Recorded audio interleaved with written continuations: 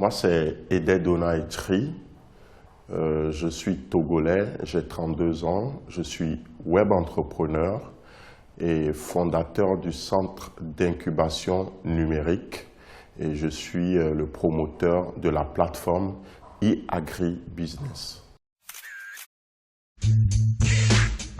Alors, nous intervenons dans tout ce qui est solutions numériques, mais plus particulièrement, nous travaillons sur les sujets de développement durable, c'est-à-dire que tout ce qui est solutions numériques pour solutionner des problèmes de développement durable pour l'Afrique nous intéresse.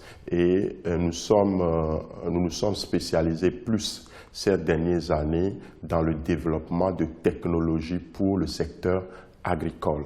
Et il faut dire aussi que nous sommes plus connus au jour d'aujourd'hui, que ce soit sur le plan national et international, pour la plateforme e-agribusiness que nous avons commencé à développer depuis l'année 2014.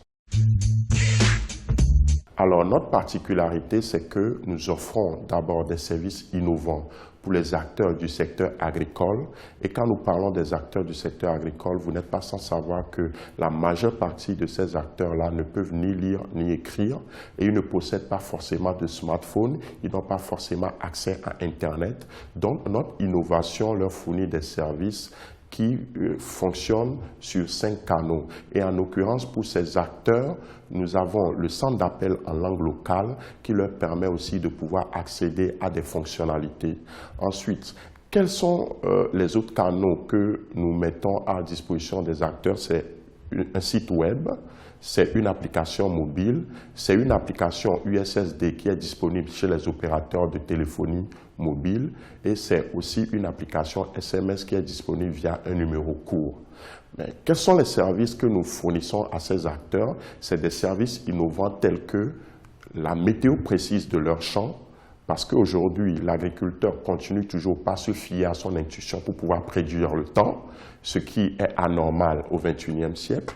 Ensuite, il est inconcevable que l'agriculteur qui produit du maïs ne sait pas lui-même combien se vend le maïs sur le marché local et combien cela revient au consommateur final, ce qui n'est pas non plus normal. Donc, nous leur fournissons au travers de ce canal-là aussi les prix du marché pour qu'ils puissent mieux ajuster. Et ensuite, nous leur fournissons une place de marché pour pouvoir écouler leurs produits. Alors, personnellement, je crois que nous sommes à un stade de croissance de notre entreprise. Pourquoi je le dis? Parce que nous avons passé beaucoup de temps à travailler sur le terrain, à faire des études, à financer nous-mêmes nos activités. Les gens nous regardaient, c'est pas forcément la joie. À des moments, c'est des bas.